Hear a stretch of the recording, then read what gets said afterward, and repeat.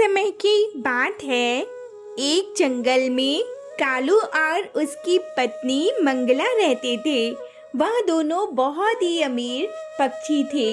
इस बात का उन्हें बहुत अधिक घमंड था, इसलिए बाकी सभी पक्षियों पर वह बहुत अत्याचार करते थे। जो भी घर उन्हें अच्छा लगता था उसे वह जबरदस्ती या फिर पैसे देकर खरीद लेते थे और ना देने पर वह उन पर बहुत अधिक अत्याचार करते थे। एक दिन कालू और मंगला को कबूतर का घर दिखा। मंगला ने कालू से कहा, आज देखते हैं इस कबूतर का घर कितना सुंदर दिख रहा है। अपन घर को खरीद लेते हैं। आप क्या कहते हैं? तुम्हारी बात बिल्कुल सही है। हम इस कबूतर को पैसे देकर यह घर खरीद लेते हैं। अगर इसने घर बेचने से मना किया तो हम इसका घर तोड़ देंगे। इसके बाद दोनों कबूतर के घर में चले जाते हैं और कबूतर से कहते हैं, कबूतर, हमें तुम्हारा घर बहुत अधिक पसंद आ गया है। हमें तुम्हारा यह घर खरीदना है। कबूतर ने कहा, नहीं नहीं कालू भाई, मुझे यह घर नहीं बेचना है। तुम किसी और का घर खरीद लो। कालू ने कहा, भैंस की टांग, तू अभी मेरे गुस्से को नहीं जानता है। अगर यह घर तू हमें नहीं देगा तो हमें घर जबरदस्ती लेना भी आता है। तू हमें जानता ही नहीं है कि हम कितने कुत्ते हैं। इस बात से डरते हुए कबूतर ने कहा, हाँ हाँ मैं जानता हूँ, आप एक नंबर के कुत्ते हैं। ठीक है, मैं तुम्हें अपना घर बेचता हूँ। इसके बदले मुझे बहुत पैसे चाहिए। बाद में कालू ने कबूतर को कुछ पैसे दिए और कबूतर से जबरदस्ती घर छीन लिया।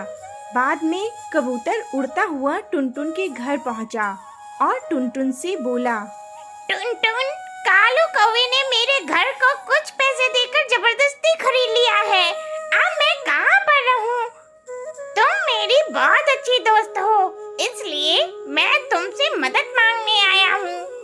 टुनटुन ने कहा, हाँ हाँ कबूतर भाई, कालू और मंगला का अत्याचार बढ़ता ही जा रहा है। अब उसे सबक सिखाना अनिवार्य हो गया है। मेरे पास एक सुझाव है। तुम ऐसा करो कि बाजार से नकली सोने के गहने खरीद ले आओ और उसके बाद मैं बताती हूँ कि क्या करना है। कबूतर उड़ता हुआ बाजार में सोनार तोते के पास पहुँचा और बहुत से नकली सोने के गहने खरीद कर ले आया। टुनटुन ने कहा, कबूतर भाई, तुम इन गहनों को इस पेड़ पर अच्छे से चिपका दो। दोनों ने मिलकर नकली सोने के गहनों को पेड़ पर चिपका दिया। दूसरे दिन जब कालू और मंगला उड़ रहे थे तभी उन्हें वह सोने से लदा हुआ पेड़ दिखाई दिया। दोनों पेड़ के पास आए और बोले, अरे वाह, यह किस पक्षी का पेड़ है? कितना सुंदर दिख रहा है। हमें इस पेड़ को खरीदना है। यह पेड़ तो सोने के गहने उगाने वाला लगता है भाई। तभी वहाँ टुनटुन आ गई और बोली, कालू भाई, दरअसल यह पेड़ मेरा है। इस पर बहुत से सोने के गहने लगते हैं।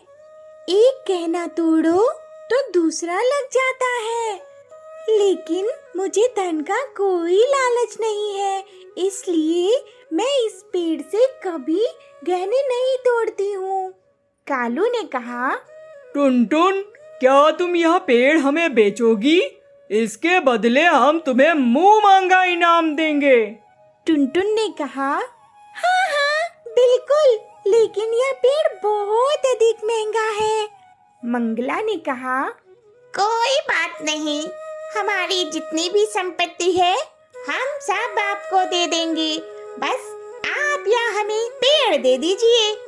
टुनटुन ने कहा, ठीक है, आप कल पैसे लेकर आइएगा और इस पेड़ को खरीद लीजिएगा।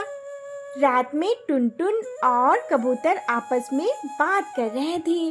टुनटुन ने कहा, देखो कबूतर भाई, मैं कैसे इन दोनों को अच्छा सबक सिखाती हूँ।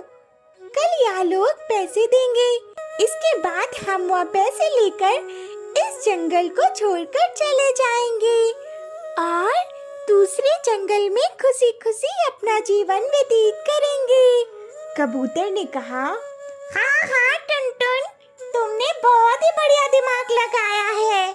कालू और मंगला अपना सारा पैसा लेकर टुनटुन के पास पहुंच गए अगले दिन और बोला, भैंस की टांग, टुनटुन, यह लो, पूरे 1 लाख रुपए है और आज से यह पेड़ हमारा हुआ।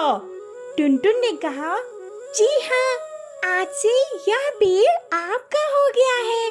बस याद रखना कि आज से 1 सप्ताह बाद ही इससे गहनों को तोड़ना, क्योंकि अभी गहने अच्छी तरह से सोने में नहीं बदले हैं।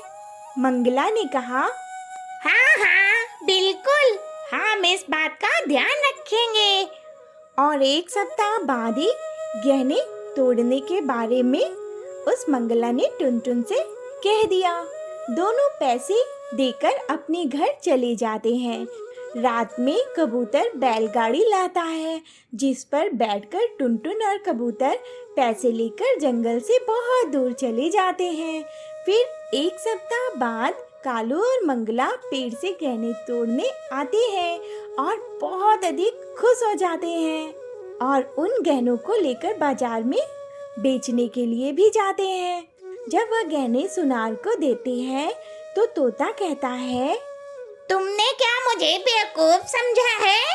नकली सोने के गहने लेकर आए हो, जल्दी यहाँ से भाग जाओ वरना तुम्हारी बहुत पिटाई होगी। यह सुन दोनों नकली गहनों को लेकर वहाँ से भागते हैं और जंगल में आकर मंगला कालू से कहती है, कालू जी, हमने अपने सारे पैसे देकर इस नकली गहने को खरीद लिया, हम तो बेवकूफ बन गए।